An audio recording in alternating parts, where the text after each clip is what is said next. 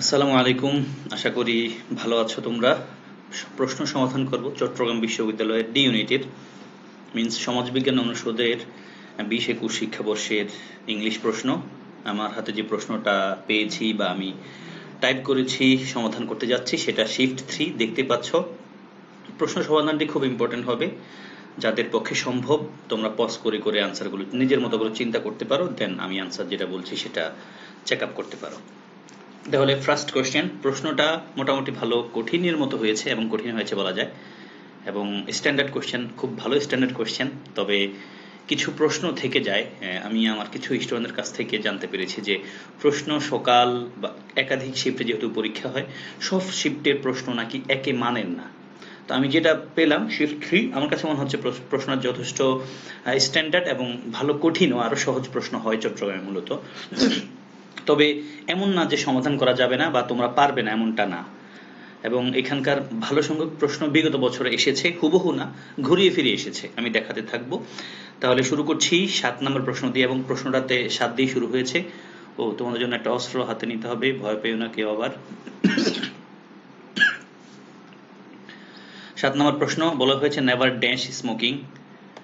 কি তাহলে অপশনগুলো দেখি। নেভার, নেভার দিয়ে যদি কোনো সেন্টেন্স শুরু হয় তোমরা সহজে ধরে নিতে পারো এটা কি। নিশ্চয়ই বাক্যটাকে আমরা ইনভার্সনে নিয়ে যেতে হবে, এটা ইনভার্সন একটা সেন্টেন্স। এবং পজ করে করে তোমরা আনসারগুলো লিখতে পারো যাদের পক্ষে সম্ভব। সবার জন্য আমার ক্লাসটি উপকারী হবে। আমি হয়তো ইন ডিটেইল একটু লম্বা হতে পারে ভিডিওটি, তবে আশা করি একবার যারা দেখবে তারা অনেক নতুন কিছু এখান থেকে শিখতে পারবে। আমি শুধু আনসার বলে যাব না, আনসারগুলো এক্সপ্লেনও করার চেষ্টা করব। তাহলে ইনভার্সনের আমরা জানি নেগেটিভ ওয়ার্ডের পর তারপর কি আসে, অক্সিলারি আসে। তাহলে দেখি অক্সিলারি নেই কোথায়। আমরা দেখতে পাচ্ছি বি নাম্বার অক্সিলারি নেই, তাহলে বি নাম্বার বাদ। এবার আসি, আমরা দেখতে পাচ্ছি বাক্যের প্রিন্সিপাল ভার্ব হলো ডিনাই, ডিনাইট, আর এটা হলো ডিনাই। এবার তোমরা আসো তো, আমরা জানি ডিনাইট যদি পাস্ট টেন্সে লেখা আছে, এখন এখানে কি আবার কুড হতে পারে না? কুড হলে কিন্তু এখানে ডিনাই হয়ে যাবে, তাই না? তাহলে সি নাম্বারটাও বাদ। তাহলে রইল এ আর ডি। এবার এ আর ডির মাঝে আমরা খেলতে হবে। Never can we deny the fact that, দ্যাটের পরে কোন শব্দটা? স্মোকিংটা। কিন্তু স্মোকিংটা কিন্তু দ্যাটের পরে, দ্যাট একটা ক্লোজ মার্কার, দ্যাটের আগে একটা sentence, never can we deny the fact that, smoking হলো সাবজেক্ট। এবার আসো, স্মোকিং যেহেতু সাবজেক্ট, তাহলে দ্যাটের পরে যখন স্মোকিং আছে আমরা never did we deny the fact ধরতে পারি, ডি নাম্বারের ফার্স্ট অংশ ধরতে পারি। কিন্তু দেখো দ্যাট ক্লজের পর আমাদের সাবজেক্টকে স্মোকিং। এখন স্মোকিং যেহেতু সাবজেক্ট, তারপর এটা কি লাগবে? ভার্ব লাগবে। তাহলে দেখো টেলিং কি ভার্ব হয় কিনা? Smoking telling on our health, না, আনসার কিন্তু এ নাম্বার। স্মোকিং মানে ধূমপান, টেলস আপন, টেলস আপন মানে ক্ষতি করা, আওয়ার হেলথ আমাদের হেলথের উপর ক্ষতি করে, আনসার নিশ্চয়ই এ। তাহলে never can we deny the fact that smoking tells upon our health, মানে আমরা কখনোই এই ফ্যাক্টটা, এই সত্যটা ডিনাই করতে পারি না যে স্মোকিং আমাদের শরীরের উপর খুব নেগেটিভলি ইম্প্যাক্ট করে, ক্ষতি করে। 1 নম্বর প্রশ্ন বোঝাতে পেরেছি আশা করি। এবার আসি আমি 2 নাম্বার মানে 8 নম্বর প্রশ্নে। The scholarly professor told the students, এই সেম টাইপের একটা প্রশ্ন এসেছিল চট্টগ্রামের ডি ইউনিটে আগেও এবং এই ইউনিটেও। তবে অনেকে হয়তো আনসারটা দিয়ে ফেলেছে এ নাম্বারটা, কেউ কেউ, কারণ আগে প্রশ্নটা এসেছিল টার্ন ইন দিয়ে, টার্ন ইন দিয়ে একাধিক প্যাটার্নের প্রশ্ন এসেছে, পিন পয়েন্ট এরর আকারে এসেছে। টার্ন ইন মানে হলো সাবমিট করা, তবে এই বাক্যের প্যাটার্নটা একটু পৃথক।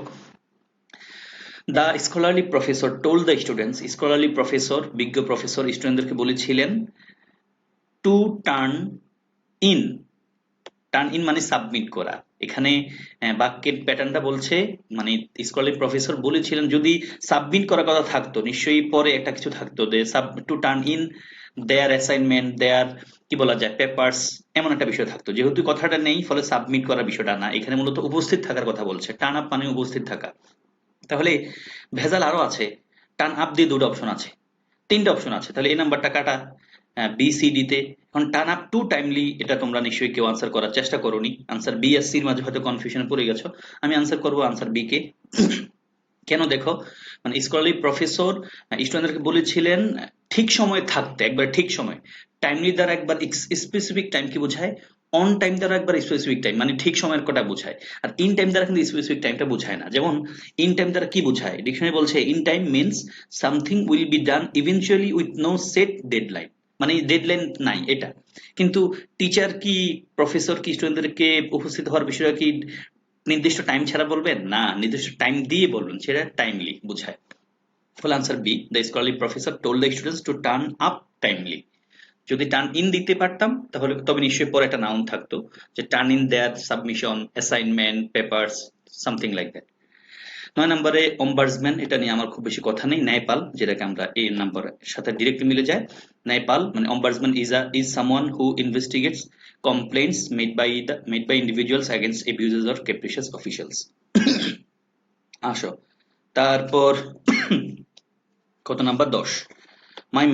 মাই mother dash, my mother woke up, wakes up সবগুলো হতে পারে ফার্স্ট অপশনে, মানে দুটা ব্লাঙ্ক তো এখানে, ফার্স্ট ব্লাঙ্কের চারটাই হতে পারে। তবে একটু যদি তাকাই, এট 6 এভরি মর্নিং বলছে আমার মা প্রতিদিন ঘুম থেকে উঠে 6টায়, প্রতি মর্নিং, তার মানে একটা অভ্যাসগত কর্ম বোঝাচ্ছে। তাহলে অভ্যাসগত কর্ম যদি বোঝায়, তোমরা নিশ্চয়ই বোঝার কথা, এটা প্রেজেন্ট টেন্সে আসে, তাহলে নিশ্চয়ই ওক আপ দিয়ে একটা অপশন আছে। তাহলে আমরা এই নাম্বারটা কাটা দিই। তাহলে বি সি ডি, ওনাদের প্রশ্নটা একটু ট্রিকি, কিন্তু চিন্তা করে আনসার করতে হয়েছে তোমাদেরকে নিশ্চয়ই। তাহলে আমরা বি সি ডি তিনটাই ধরতে পারি, কিন্তু তিনটা আনসার হবে না, একটা দিতে হবে। মাই mother wakes up at 6 every morning, প্রতি সকালে আমার মা সকাল 6টায় ঘুম থেকে ওঠে। এন্ড গোজ লাগবে, গোজ আছে সব জায়গায়। গোজ টু জগিং না, গোজ জগিং হবে না, গোজ ফর জগিং, তিনি জগিং এ যান, জগিং এর জন্য যান, তাহলে এটা হবে। আমি আনসার করছি C, my mother wakes up at 6 every morning and goes for jogging, jogging এর জন্য তিনি যান। 11 নম্বর প্রশ্নটা হুবহু এসেছে একাধিক ইউনিটে, এবং একটু চেঞ্জ হয়েছে আর কি।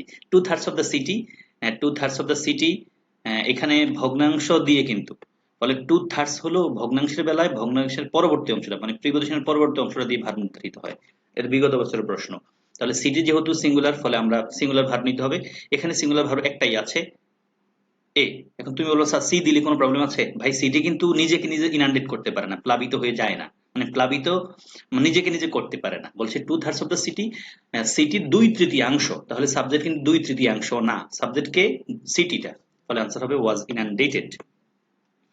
13 নম্বর প্রশ্ন, someone or something that is dash has complete power over things or people, মানে কোনো কিছুর অথবা কোনো ব্যক্তির যদি সবকিছুর উপর অথবা সব মানুষের উপর পাওয়ার থাকে, সেটাকে আমরা কি বলি? অমনিপোটেন্ট, মানে যিনি সর্বময় ক্ষমতার অধিকারী, তিনি একজনে নিশ্চয়ই, তাই।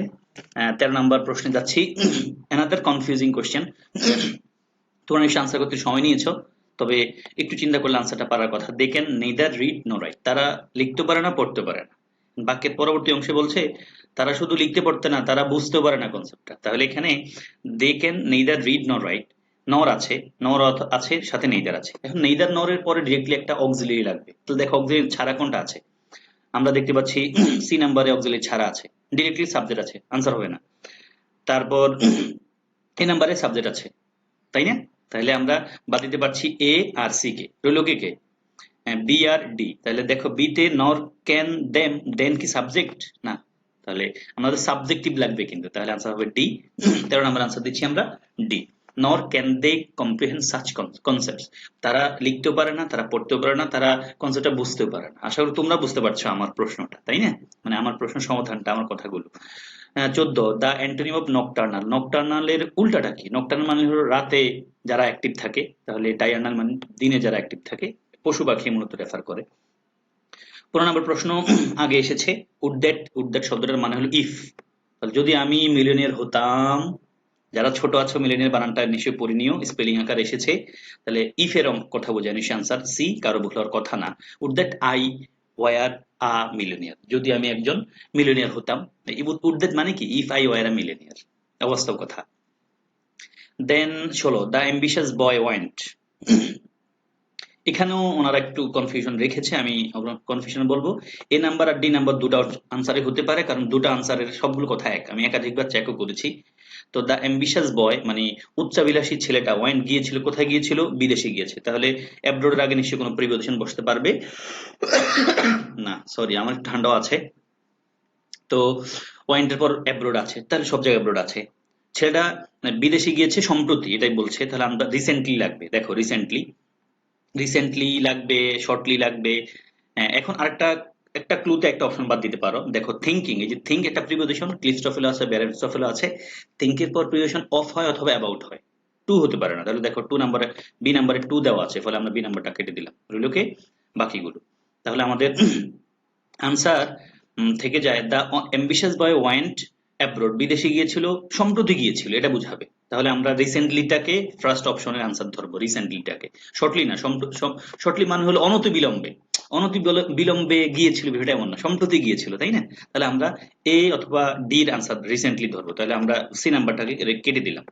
এবার আসো, the ambitious boy went abroad recently, whereas মানে কি উল্টাটা, অন্যদিকে his friend is thinking of অথবা thinking about coming back home shortly, মানে কি যখন সে যাচ্ছে, মানে সম্প্রতি সে গিয়েছিল, অন্যদিকে তার বন্ধু মানে বাড়ি ফেরার অনতিবিলম্বে বাড়ি ফেরার চেষ্টা করছে বা বাড়ি ফেরার চিন্তা করছে, তাহলে কি হবে অনতিবিলম্বে লাগবে, এবার সেকেন্ড অপশন, তাহলে শর্টলি লাগবে এখানে, আর ফার্স্ট অংশে রিসেন্টলি লাগবে। এখন বলবা স্যার এ আর ডি তো অপশন একটাই, ভাই সব কিছু এক, দেখো abroad recently, of coming back home, shortly, তাহলে নিশ্চয়ই আনসার এ দিলেও হবে, ডি দিলেও হবে, যেহেতু এ নাম্বারটা ফার্স্টে, ওনারা হয়তো আনসার এ কে কাউন্ট করবেন, ডি নাম্বারটা হয়। 17তে আসি আমি, the phrase put up with, ওহো খুব ইম্পর্টেন্ট ফ্রেজ, মানে আমি একাধিকবার আমার স্টুডেন্টদেরকে বলেছি এটা ইম্পর্টেন্ট, মানে one of the most important কি বলা যায়, গ্রুপ ভার্ব বলা যায়, হ্যাঁ গ্রুপ ভার্ব তো না এটা মূলত, হ্যাঁ গ্রুপ ভার্ব আকারে আমরা করে থাকি, ইয়েস গ্রুপ ভার্ব। তাহলে পুট আপ উইথ মিন্স কি, টলারেট করা, এন্ডিউর করা, সহ্য করা, টু এন্ডিউর,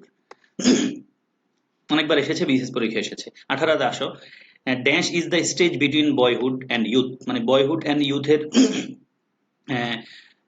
মাঝে কোন ইয়েটা স্টেজটা আছে, বলছে dash is the infancy, infancy বাচ্চাকাল, বাচ্চাকালটা কি স্টেজ বিটুইন বয়হুড অ্যান্ড ইউথের মাঝে, না। তাহলে ইউথ মানে কি যুবক, বয়হুড মানে বাচ্চা, তাহলে নিশ্চয়ই মানে বয়হুড মানে ধরো একবার ছোটবেলা যাবে না, চাইল্ডহুড বলা যাবে না, চাইল্ডহুডের পর অংশটা, তারপর ইউথ মানে তুমি একবারে ইয়াং হয়ে গেছো, তার মানে অ্যাডোলেসেন্স হবে মাঝামাঝি একটা অবস্থান, adolescence is the stage between boyhood and youth, মানে প্রথমে বয়হুড, তারপরে অ্যাডোলেসেন্স, তারপর ইউথ মানে ইয়াং হয়ে গেছে, হ্যাঁ মানে অ্যাডোলেসেন্স কারা, ধরো ছোট থেকে হঠাৎ করে একটু বড় হয়েছে, বড় হওয়ার যে লক্ষণগুলো মানুষের শরীরে দেখা যায়, চিন্তা চেতনা দেখা যায়, সেটাকে রেফার করছে। তাহলে আনসার আমি সি কাউন্ট করবো, adolescence is the stage between boyhood and youth. 19-এ আসো, 19টা নাম্বারটা তোমরা সবাই জানো, চিটাগাং পড়তে যাচ্ছ যেহেতু। Haji Mohammad Mohsin is a renowned কি হিস্টোরিয়ান, পলিটিশিয়ান, রাইটার নাকি ফিলান্থ্রপিস্ট, তিনি খুব দানবীর ছিলেন, টাকা পয়সা দিতেন, ফলে আমরা ওটাকে আনসার করব। 20 নম্বর প্রশ্ন খুব সহজ প্রশ্ন, হিপকড অথবা পকেটেড হবে এখানে একটা, এখানে একটা স্পেলিং ভুল হয়েছে, আচ্ছা এই যে এটাকে খেয়াল করো, দ্য ওয়ার্ড পকেটেড, হ্যাঁ এখানে POCKETD পকেটেড, এটা কি হিসেবে এসেছে দেখতে পাচ্ছ, হি একটা সাবজেক্ট, তারপরে একটা ভার্ব, তারপরে একটা অবজেক্ট, তাহলে নিশ্চয়ই এটা ভার্ব, এটা নিয়ে কারো কনফিউশন হওয়ার কোনো কথা ছিল না। 21 দ্য ব্যুরোক্রেটস ওয়্যার, এবং সেম প্রশ্নটা আমি ডিসকাস করেছিলাম আমার একটা লাইভ ক্লাসে, এই ইউনিটের লাইভ ক্লাসে। তো দ্য ব্যুরোক্রেটস ওয়্যার ডিসকাস একটা ভার্ব, তারপর মানে ডিসকাসের সাথে অ্যাবাউট হয় না, ডিসকাসের সাথে অ্যাবাউট হয় না প্রিপোজিশন, ডিসকাসের সাথে কোনো প্রিপোজিশন বসে না ডিরেক্টলি, তবে ডিসকাসের সাথে উইথ হয়, সেটা কারোর সাথে, মানে ডিসকাস অ্যাবাউট হয় না, ডিসকাসের সাথে উইথ হয়, মানে আমি কোনো বিষয় নিয়ে আলোচনা করছি, I am discussing about the matter হবে না, বলতে হবে I am discussing the matter with you. Discuss with হতে পারে কারোর সাথে ডিসকাস করা, আর ডিসকাস অ্যাবাউট হবে না। তাহলে দেখো অ্যাবাউট দিয়ে আছে এ বি, তাহলে এ বি বাদ, রইল C D, the bureaucrats were discussing the matter, ঠিক আছে। তাহলে ডিসকাস দ্য ম্যাটার কেন হবে, তুমি তো ডি নাম্বার দিতে পারবে না, ওয়ার ডিসকাসড যদি দাও তাহলে আনসার হয় এমন যে ব্যুরোক্রেটসদেরকে ডিসকাস করা হয়েছে ম্যাটারটা, মিললো না তো, তাহলে আনসার হবে C, the bureaucrats were discussing, ব্যুরোক্রেটসরা ডিসকাস করছে ম্যাটারটাকে, ফলে আনসার হচ্ছে সি। 22 নম্বর প্রশ্নটা খুব ইজি, কারো কাছে কঠিন হওয়ার কথা না, ইউ হ্যাড বেটার, এটা জানো, ইউ হ্যাড বেটার ডিসকাস, দেখো সেম প্রশ্নটাই কিন্তু এসেছে, যদি কেউ মানে 21 নম্বর প্রশ্ন আগে 22 নম্বর প্রশ্ন থেকে একটু তাকায়, সে নিশ্চিত 22 নম্বর প্রশ্নের আনসার করতে, 21 নম্বর প্রশ্নের আনসার করতে পারবে। তাহলে আসো, ডিসকাস একটা ভার্ব যেহেতু, বুঝতে পারছো ভার্বের বেস ফর্ম, ফলে এই যে ইউ হ্যাড লেখা আছে, তাহলে নিশ্চয়ই এখানে হ্যাড বেটার হলেই ভার্বের বেস ফর্ম হয়, আনসার নিশ্চয়ই বি।